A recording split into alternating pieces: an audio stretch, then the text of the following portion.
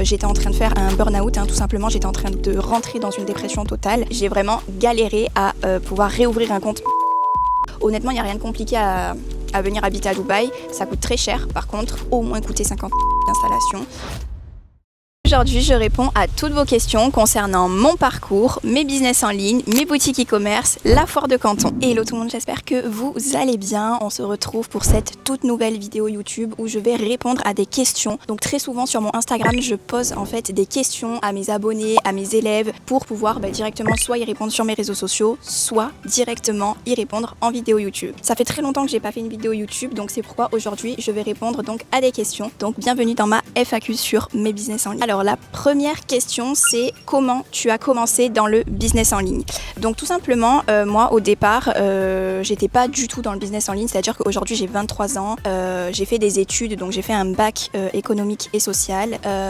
Ensuite je suis partie en BTS esthétique où j'ai validé donc mon CAP esthétique et par la suite donc j'ai validé mon BTS esthétique, donc vraiment rien à voir avec ce que je fais aujourd'hui. Je détestais qu'on me donne des ordres tout simplement, je détestais cette façon de manager et c'est ça en fait qui m'a fait ouvrir les yeux. Et du jour au lendemain, en fait, pour vous expliquer, je me suis mise en arrêt maladie tellement j'étais en train de faire un burn-out, tout simplement. J'étais en train de rentrer dans une dépression totale. Et par la suite, je me suis dit, tout simplement, je ne suis pas faite pour ce monde-là. Je ne suis pas faite pour travailler pour quelqu'un. Donc, je vais me lancer dans un business en ligne. Donc, j'ai commencé par le marketing, donc j'ai commencé par faire du community management. Ensuite, j'ai fait de l'UGC, j'ai vendu des sites internet et aujourd'hui, j'ai du coup des business en ligne. Donc j'ai des boutiques e-commerce, notamment des formations en ligne. Et aujourd'hui, c'est ce qui me permet de vivre grâce à ça et d'avoir la vie que j'ai aujourd'hui. Deuxième question, c'est pourquoi tu as choisi l'e-commerce plutôt qu'un autre business en ligne? Alors tout simplement, aujourd'hui, le e-commerce, que ce soit un e-commerce en stock, que ce soit un e-commerce en dropshipping, peu importe, moi je fais les deux, c'est-à-dire que j'ai une de mes boutiques où j'ai du stock et j'ai une autre boutique où je fais que du dropshipping. Pourquoi j'ai choisi l'e-commerce? Déjà, c'est parce que finalement c'est le plus rentable, c'est celui qui me permet de gagner le plus d'argent. Par exemple, sur le mois dernier, j'ai fait un chiffre d'affaires de 250 000 euros sur une de mes boutiques. Donc finalement, c'est ce qui me permet de faire le plus de chiffres, de me sortir le plus d'argent également, parce que c'est le but, oui, de faire de l'e-commerce. Alors beaucoup diront, oui, c'est du chiffre d'affaires, c'est parce qu'elle se sort dans sa poche, mais croyez-moi que sur un chiffre d'affaires de 250 000 euros, ce qui me revient dans ma poche, c'est au moins 30% de bénéfices, donc je vous laisse faire le calcul. Ensuite, la troisième question, c'est combien de temps ça t'a pris avant de faire tes premiers résultats en e-commerce?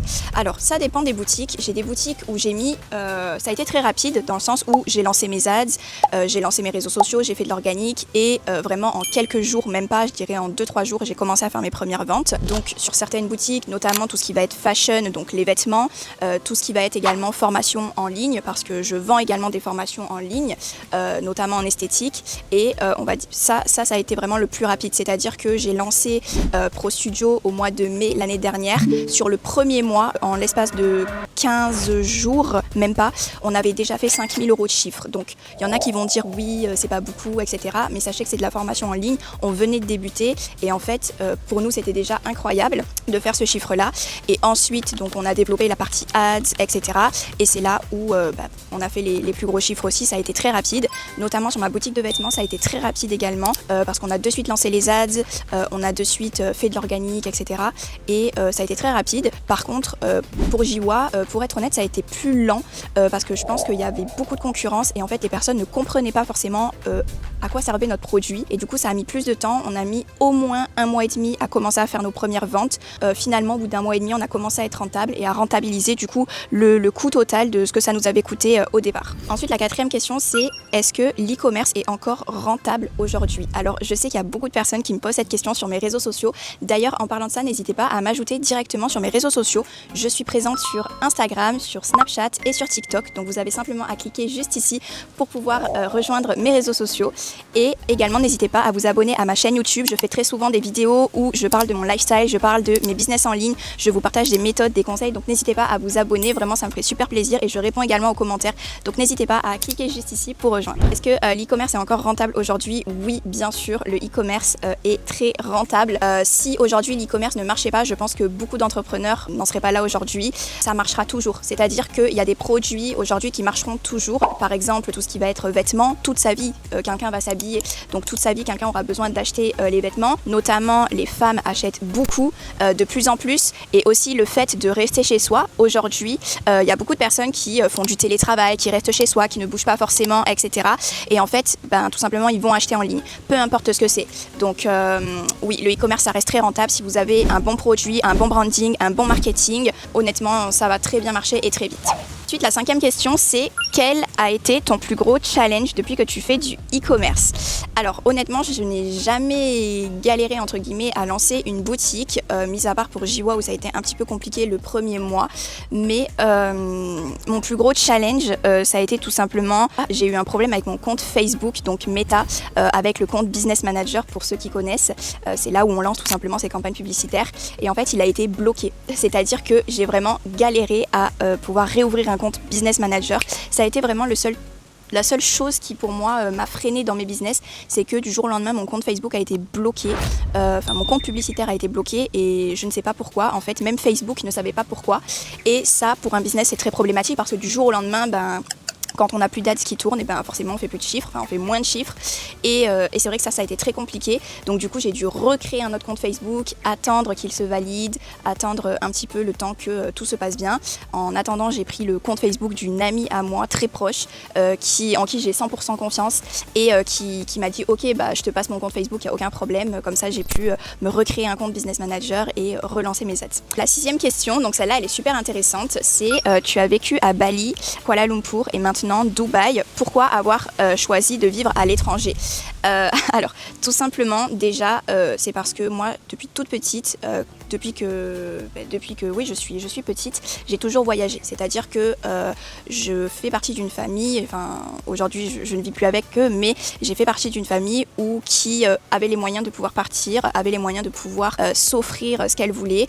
Donc, c'est vrai que j'ai eu cette chance-là et j'ai toujours voulu garder en fait cette liberté géographique, c'est-à-dire de pouvoir voyager de partout dans le monde parce que j'adore découvrir, j'adore tout simplement vivre dans de nouveaux pays, j'aime bien voir la culture, j'aime bien voir ce qui se passe ailleurs. Et ça a été déjà une des premières choses. J'ai toujours voulu vivre à l'étranger. Quand j'étais petite, me suis toujours dit j'irai vivre au Canada. Malheureusement, aujourd'hui au Canada, c'est plus possible de vivre. J'ai eu des très mauvais retours. Pourtant, avant, c'était vraiment l'endroit où tout le monde allait. Et finalement, j'ai eu des très mauvais retours. Comme quoi, c'était très cher, c'était très compliqué d'y vivre, il faisait très froid. Donc, c'est vrai que finalement, je me suis plus dirigée vers des pays où déjà il faisait chaud.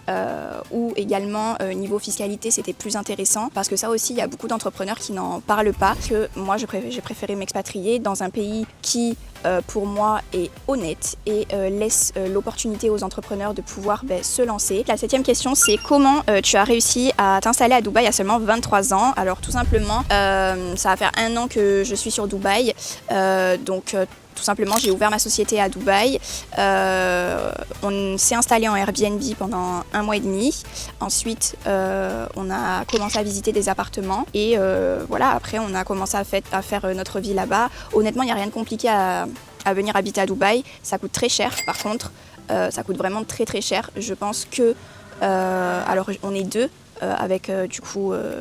mon conjoint, on est 2, ça nous a coûté au moins tout, donc l'ouverture de la société, plus l'appartement, plus meubler l'appartement, plus tous les petits à côté, etc. Je pense que ça nous a au moins coûté 50 000 € d'installation, donc c'est un très gros budget, mais aujourd'hui on est trop contents et limite je préfère me dire que oui, j'ai mis 50 000 € pour mon expatriation, mais aujourd'hui je suis la plus heureuse. Tu es allée à la foire de Canton, qu'est-ce que ça t'a apporté pour ton business? Déjà, ce que ça m'a apporté, c'est que j'ai fait beaucoup de contacts.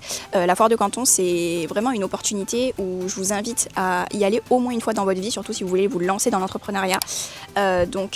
Déjà, j'ai pu avoir des contacts d'agents de sourcing qui sont directement sur place, qui peuvent du coup se déplacer si je souhaite tout simplement avoir un produit, chercher un produit. Également au niveau de la négociation, je trouve que c'est plus simple parce que vous avez la personne directement en face de vous, vous avez le fournisseur directement en face, donc c'est vrai que pour négocier les quantités, le prix du produit, etc., c'est toujours mieux. Et aussi, j'y suis allée dans un premier temps surtout pour mes élèves de formation. C'est-à-dire qu'aujourd'hui, j'accompagne des élèves à développer leur activité en ligne, que ce soit du e-commerce ou autre. Et tout simplement, je me suis dit, j'ai envie d'y aller déjà pour découvrir, mais aussi pour leur amener un maximum de contacts, notamment au niveau des centres de logistique, donc les 3PL qui se trouvent directement sur place en Chine, tout ce qui va être packaging, comment ça se passe, etc. Et en fait, je suis partie pendant 15 jours et franchement, ça m'a apporté vraiment beaucoup de choses, des nouveautés, beaucoup de contacts. Et aussi pour mes élèves, ça a été un gros plus, c'est qu'aujourd'hui, je peux leur apporter des vrais fournisseurs que j'ai vus, que j'ai rencontrés.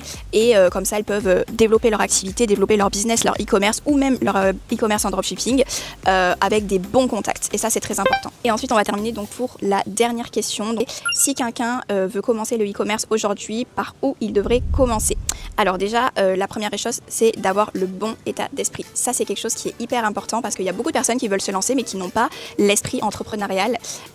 Donc moi, je dirais déjà dans un premier temps, c'est d'avoir confiance en vous, de vous dire que vous avez envie de vous lancer, commencer à faire vos recherches sur un produit, commencer à faire des recherches sur les réseaux sociaux de produits tendances, commencer à faire vos petites recherches aussi de fournisseurs et tout simplement, si vous voulez éviter de faire des erreurs, faites-vous accompagner par des personnes qui sont compétentes et des personnes qui font des vrais chiffres. Cette vidéo est terminée, j'espère qu'elle vous aura plu. N'hésitez pas à laisser un commentaire sous cette vidéo si vous avez des questions concernant le e-commerce, concernant l'entrepreneuriat. Vraiment, je suis très transparente avec tout le monde, donc n'hésitez pas à directement liker ma vidéo, plus du coup vous abonner, je vous rappelle, pour suivre mes prochaines vidéos. À très vite du coup pour la prochaine vidéo.